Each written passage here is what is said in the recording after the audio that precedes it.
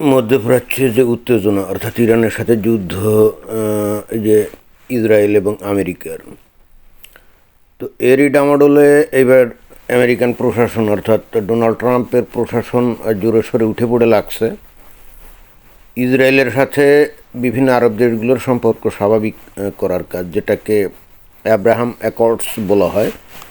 অর্থাৎ আমেরিকা এবং ইসরায়েলের মধ্যে এই ধরনের একটা সমঝোতা চুক্তি হয়েছিল, যেটাকে বলা হচ্ছে আব্রাহাম অ্যাকর্ডস। এবং এটার মূল উদ্দেশ্যই ছিল বস্তুত মধ্যপ্রাচ্যের যে মুসলিম দেশগুলো আছে তারা যেন তারা যেন এই ইসরায়েলের সাথে সম্পর্ক স্বাভাবিক করে এবং ইসরায়েলকে স্বীকৃতি দেয়। এবং প্রাথমিকভাবে এই আব্রাহাম অ্যাকর্ডসের ডাকে সাড়া দিয়ে, অর্থাৎ মার্কিন যুক্তরাষ্ট্রের ডাকে সাড়া দিয়ে, এই যে আবুধাবি, দুবাই আর কি, ইউএই, ইউনাইটেড আরব আমিরাত এবং বাহরাইন, এই দুইটা মিডল ইস্টের এই দুইটা দেশ সাড়া দিয়ে ইসরায়েলের সাথে সম্পর্ক স্বাভাবিক করে এবং ইসরায়েলকে স্বীকৃতি দেয়। এখন বাকি আছে এখানে এই সৌদি আরব, তারপরে কুয়েত, তারপরে কাতার, তারপরে আরও অন্যান্য কতগুলো দেশ আছে। বিশেষ করে এই যে সৌদি আরব, কুয়েত, কাতার, এগুলা এখনও এই চুক্তির মধ্যে আসে নাই। এবং এর সঙ্গে যুক্ত হতে যাচ্ছে পাকিস্তান, অর্থাৎ আমেরিকান প্রশাসন পাকিস্তানের ওপরও প্রেশার ক্রিয়েট করছে যে আমরা তোমাদেরকে অনেক সাহায্য সহযোগিতা এটা অনেক কিছু করি, অথচ তোমরা এখনও এই ইসরায়েলকে স্বীকৃতি দিচ্ছ না। এটা কেমন ধরনের কথা? তো আমেরিকা কিন্তু তোড়জোড় শুরু করে দিয়েছে। আর বিশেষ করে এই যে যুদ্ধের প্রেক্ষাপটে এখন তো এটা করা ছাড়া কোনো গতিও নাই, কারণ ইরান তো শিয়াপন্থী দেশ, তাই না? তারা তো কখনোই আরব দেশের সাথে সম্পর্ক স্বাভাবিক কোনো দিনও হবে না, কারণ আরবের ওই দেশগুলো হলো সুন্নিপন্থী আর ইরান হলো শিয়াপন্থী। এখন আমেরিকার সাথে এই ইরানের চুক্তি টুক্তি যদি হয়ও, আমি যদি ধরি যে হবে, তারপরেও এই ইরানের সাথে কিন্তু আরব দেশগুলোর সম্পর্ক কোনো দিনও ভালো হবে না। সুতরাং ভবিষ্যতে আবারও কিন্তু যুদ্ধের দামামা বাজার ব্যাপক সম্ভাবনা আছে। তো যুদ্ধের দামামা যখন বাজবে, তখন এই ইরানের উপরে আক্রমণ হানতে গেলে এই আরব দেশগুলোর ভূমি এবং আকাশ এগুলো কিন্তু তাদের দরকার পড়বে। আমেরিকার যেমন দরকার পড়বে, একই সঙ্গে এই যে ইসরায়েলেরও দরকার পড়বে। যেমন ইসরায়েল, এই যে সাম্প্রতিক যে ঘটনা, যে যুদ্ধ হলো, ইসরায়েল যে কাজটা করছে, এইবার কিন্তু জর্ডান এবং সিরিয়ার আকাশসীমা ব্যবহার করে তারা কিন্তু ওই যে ইয়েতে আসছে, ওই এই যে ইরানে এসে বোমা টোমা মারছে। এখন সৌদি আরবের আকাশসীমা যদি ব্যবহার করতে পারতো এই যে ইসরায়েল, তাহলে কিন্তু আরও ইজিলি আরও অনেক জায়গায় কিন্তু তারা আঘাত হানতে পারতো। এখন ইন্টারেস্টিং ব্যাপার হলো যে সৌদি আরবে যত পানির প্লান্ট আছে, সৌদি আরবে তো যে লোহিত সাগরের থেকে পানি, স্যালাইন ওয়াটার, এগুলাকে পিউরিফিকেশন করে তারপরে সৌদি আরবের যে পানির চাহিদা মিটায়। ইন্টারেস্টিং ব্যাপার হলো এই ডিস্যালাইনেশন যে প্রযুক্তি, এটাতে ইসরায়েল কিন্তু অত্যন্ত দক্ষ এবং উন্নত। ইসরায়েলের পানিরও একটা বিরাট অংশ এই ডিস্যালাইনেশন প্রক্রিয়ার মাধ্যমে তারা মিটায়, এবং খালি মানে খাবারের জন্যই যে এটা ব্যবহার করে তা না, ইসরায়েল কিন্তু এইটা তাদের কৃষি ক্ষেত্রেও ব্যবহার করে। তো ফলে হচ্ছে কি, যেটা যেটা জানা যায় যে এই সৌদি আরবে কিন্তু অলরেডি এই ডিস্যালাইনেশন প্রক্রিয়া কিন্তু ওই ইসরায়েল জড়িত আছে। এই যে মানুষজন গিয়ে এই যে জমজম কূপের পানিটা নিয়ে আনে, তাই না? তো এটা কি তারা জানে যে জমজম কূপের পানির নিচে দিয়ে লাইন টানা আছে? এবং বস্তুত সৌদি আরব এই কাজটা করছে ইসরায়েলের সহযোগিতায়। অর্থাৎ ওই লোহিত সাগরের পানি ডিস্যালাইনেশন করে তারপরে ওইখান দিয়ে সরবরাহ করা হয়, এবং সেটাই কিন্তু হাজিরা গিয়ে ওই পবিত্র জমজম কূপের পানি হিসাবে ব্যবহার করে। তো করুক, এটা কোনো অসুবিধা নাই।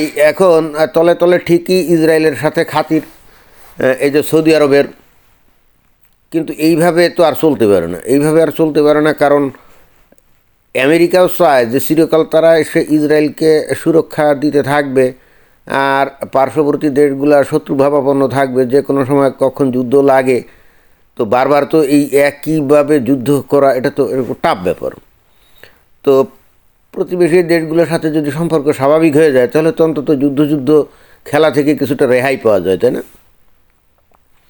তো এই জন্যে এই পাকিস্তানের সাথে কিন্তু বেশ ভালো রকম দরবার চলছে। আমরা তো অলরেডি জানি যে এই পাকিস্তানের এই যে সেনাবাহিনী প্রধান আসিম মুনিরের সাথে ডোনাল্ড ট্রাম্পের কিন্তু একটা ব্যাপক সম্পর্ক।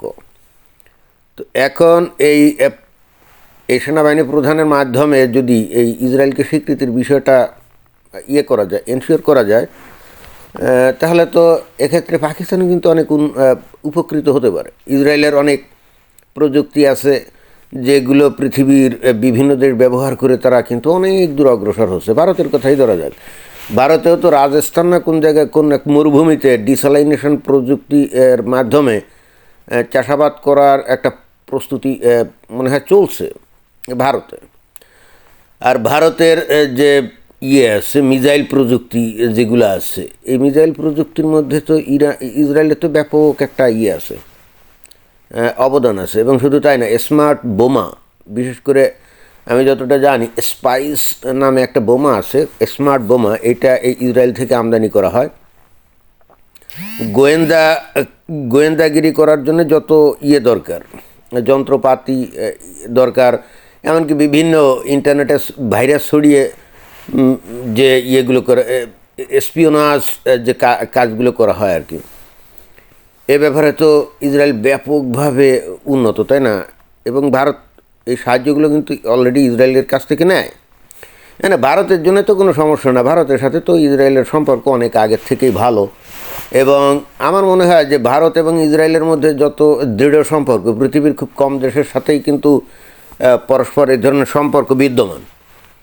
ভারত অন্তত এটা বোঝে যে তার মঙ্গল কিসে, তাদের নেতারা অন্তত এটা বোঝে। আর তারা তো মুসলিম দেশও না, সুতরাং ওই মুসলমানদেরকে খুশি করার জন্য ইসরায়েলের সাথে সম্পর্ক রাখবো না, এটা ওই কংগ্রেস আমল ওরা করছিল। কারণ কংগ্রেসের একটা অন্যতম ছিল, পলিসি ছিল মুসলমানদেরকে খুশি করে চলা। তো এই জন্যে তারা কিন্তু ওই করে নাই, ইসরায়েলের সাথে সম্পর্ক তেমন একটা ভালো করে নাই। এই বিজেপি সরকার আসার পরেই কিন্তু বস্তুত এই সম্পর্কটা অন্য মাত্রায় চলে গেছে। এক্ষেত্রে ভারতের যুক্তি হলো যে মিশর যদি ইসরায়েলকে স্বীকৃতি দেয়, তুরস্ক যদি ইসরায়েলকে স্বীকৃতি দেয়, জর্ডান যদি ইসরায়েলকে স্বীকৃতি দেয়, তাহলে আমরা ইসরায়েলকে স্বীকৃতি দিয়ে তার সাথে সম্পর্ক স্থাপন করলে সমস্যাটা কোথায়? আর এক্ষেত্রে মুসলমানদেরকে খুশি রাখতে হবে, মানে তাতে ফায়দাটা কী? মুসলমানদেরকে খুশি রাখলে তাতে ফায়দাটা কী? তাতে তো দেশের কোনো উপকার নেই। তো এই জন্য বোল্ডলি এই বিজেপি কিন্তু ইসরায়েলের সাথে সম্পর্কগুলো তৈরি করে যাচ্ছে। তো এখন এই অ্যাব্রাহাম অ্যাকর্ডসের মধ্য দিয়ে এই আমেরিকা যদি এই দেশগুলোর সাথে, অর্থাৎ আরব দেশগুলোর সাথে ইসরায়েলের সম্পর্ক স্বাভাবিক করতে পারে, তারাও কিন্তু ইসরায়েল থেকে অনেক উপকৃত হতে পারে। এখন দেখা যাক, আপন ভালো তো পাগলও বোঝে, তাই না? এখন ধর্মীয় কারণে তারা ইসরায়েলকে স্বীকৃতি দিতে চায় না, কিন্তু তাতে কিছু যায় আসে ইসরায়েলের? তাতে ইসরায়েলের যে খুব বেশি তেমন কিছু যায় আসে তা তো মনে হয় না, এবং হয়ও নি। ইসরায়েল কি এগুলোকে পাত্তা দেয় নাকি? সম্পর্ক স্বাভাবিক হলে একটু নিশ্চিন্ত নির্ভর থাকা যায় আর কি। কিন্তু ইসরায়েল তো always ready to face all those hostile countries, right? সেটা তো আমরা সবসময় দেখে আসতেছি। তো দেখা যাক কি হয়। এখন ডোনাল্ড ট্রাম্প মোটামুটি পাকিস্তানের উপর প্রেশার ক্রিয়েট করেছে, সৌদি আরবের উপরেও প্রেশার ক্রিয়েট করছে। দেখা যাক কতদূর কী হয়। ধন্যবাদ।